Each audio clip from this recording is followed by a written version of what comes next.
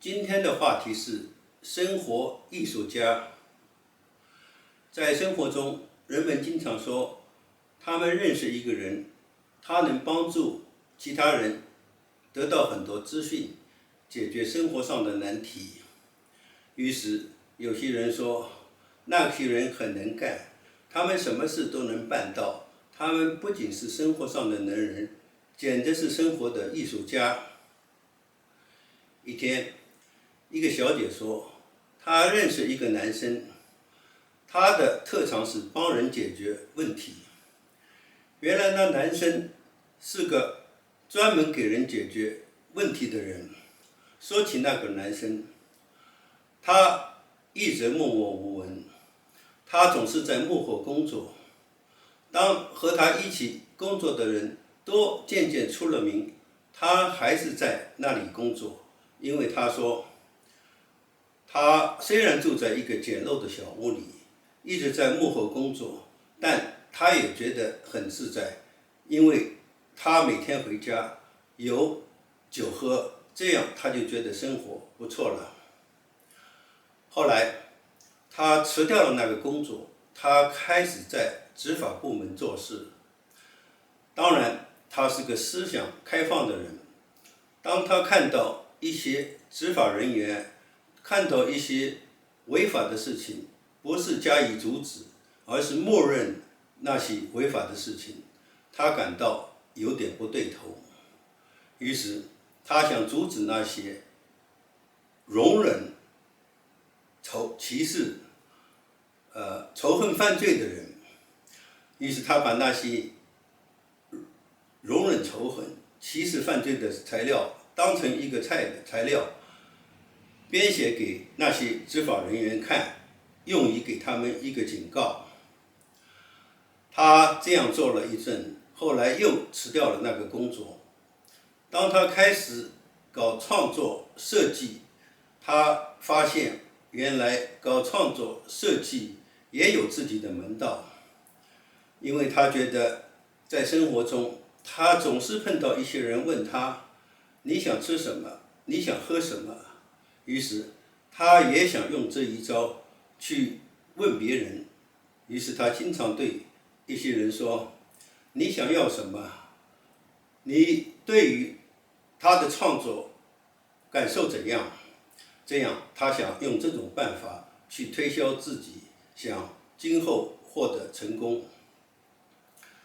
然而他这样问来问去，到处推销自己，他碰到了那个小姐。当他发现那个小姐很机智，又有迷人的外表，他感到很佩服。那个男生虽然这么到处推销自己，但是认识他的人也说他也有缺点，因为他有时觉得他写的东西没有人要看，因为没有几个人真正关心他写的东西。这样他就有点觉得没有什么大的前途。但是很快他就改变了这种看法。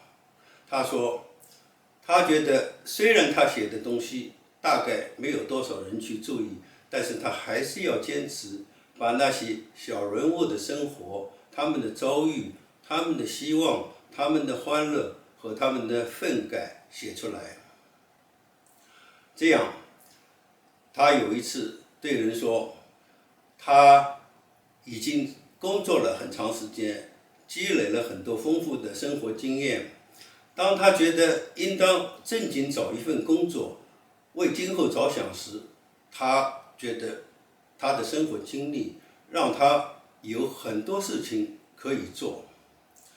这是他对他经历的事认真做了一番回想。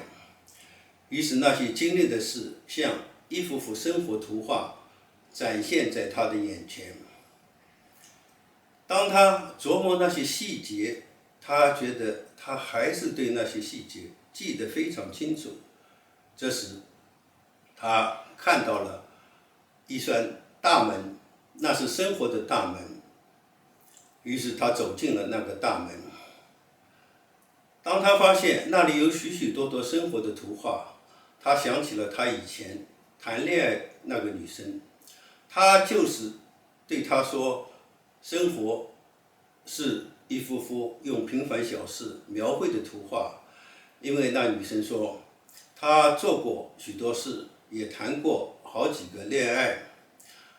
到了那个时候，她似乎已经什么都有了，因为她有情人，有孩子，但是她依然勤奋工作，因为她觉得生活是一幅用平凡的小事描绘出来的图画，而且生活也是一种艺术。这时，男生从那个女生那里得到了启发，他也开始对许多人说，生活是一种艺术，是一种用平凡的小事描绘出来的一幅幅图画。当他站到了那个大堂里，看着眼前那一幅幅生活图画时，他开始分析那些图画。于是他看到了那些图画的来龙去脉，它们是怎么形成的，它们同艺术的联系。这样他就觉得他发现了生活的奥秘，也懂得了生活和艺术的联系。当他重新开始说自己到底要在今后做什么时，他说他决定今后要做创造生活和艺术的人。于是他就把这些平凡的生活小事与那些他在生活的大堂里看到的那些图画联系在了一起。他觉得人们之所以这么说，生活是一种艺术，是因为他们一直在每天日常生活中用平凡的小事创造那些美妙的图画。而真正要想懂得生活是一种艺术，而生活和艺术有联系，是要有对生活有特殊理解的。于是他觉得他理解了生活的奥妙，又懂得生活和艺术的联系。他对自己说，他找到了他今后要做的事。当他又一次遇到了那个小姐，他对那个小姐说，他愿意雇佣她，这样那个小姐成了他的助手。于是他和那小姐总是在一起琢磨怎样帮助他人解决生活中的问题。一次，一个朋友说，他做生意已经好几年了，到底是叫加大投资呢，还是随着生意这样做下去？这时男生的眼前浮现出一幅幅图画，他琢磨了一会儿，他对那个朋友说，再看看吧。那个男生过了一阵，又对他说，他的生意到底是继续扩大投资还是怎么办？男生对那个朋友说，还是再看一看吧。当那个男生总是这样说，那朋友有点纳闷，他问男生为什么他总是这么说。男生说，做生意的人如果觉得自己对什么都知道，那他就不是一个做生意的好手了。当那个男生说他的生意为什么不能加大投资时，那朋友懂得了，原来做生意时，真正决定生意的成功是顾客，而不是做生意的人。因为当做生意的人只有看到他的生意有了好的兆头，他才能加大投资。于是那朋友对男生说，难道那男生对他说，再看看吧，是因为他的生意还没有显示好的兆头的原因吗？男生说，是的。于是那朋友懂得了做生意的诀窍。又一次，一个女生说，她买了许多时尚衣服，但是还是不能感觉出她的强劲意志。这时那个男生眼前浮现出一幅幅图画，他听了那女生一会儿，对她说，要是那女生真的愿意他帮忙，他可以帮助，因为他认识不少服装设计师，他们的服装设计都是从市场上得到的灵感。于是那女生说，她同意，她愿意让那个男生帮助她。这时，那个男生对女生说，现在重要的问题是，那个服装设计一定要表现出那个女生要求的表现强劲意志的服装。这时，那女生说，是的，只有那样，她才能表现出她的时尚魅力。因为她已经有了她手上那颗钻石戒指，那是她男友不久前给她买的。那女生说，她非常喜欢那颗戒指，因为在晚上那颗戒指看上去就像是一颗从天上掉下来的星星。要是那男生能为她设计一件能够表现她的强劲意志的服装，那么她就会更加时尚，更加有强劲意志，更加有魅力了。不久之后，那女生拿到了服装设计师给她设计的服装。女生看了后发现，那是一件露特色性感服装。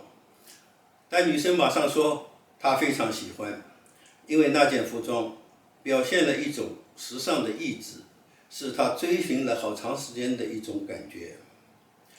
不久之后，那女生碰见了小姐，她对小姐说，她很幸运，因为碰见了那个生活艺术家，于是她有了那件性感服装。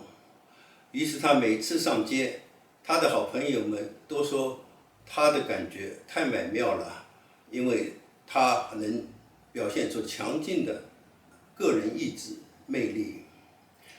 于是那小姐发现，那女生现在每到一个地方，看见一样时尚的东西，她就想得到手。一天，她在大街上看到一个女士穿的大衣很显眼，那女生立即打听，结果发现那女士的大衣是在外国一家精品店买的。于是那女生马上飞到了外国，买到了那件时尚大衣。当那小姐发现那女生的注意力又逐渐发展到了对市场上流行的东西都很专注，于是那小姐对男生说，看来那女生确实喜欢那件性感服装。